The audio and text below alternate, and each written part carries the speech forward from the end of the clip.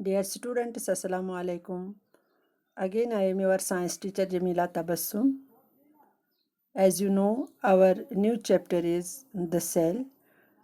Today, I have chosen a topic from this chapter. The name of the today's topic is Organisms show variety in cell number, shape, and size. So, dear students, let us start.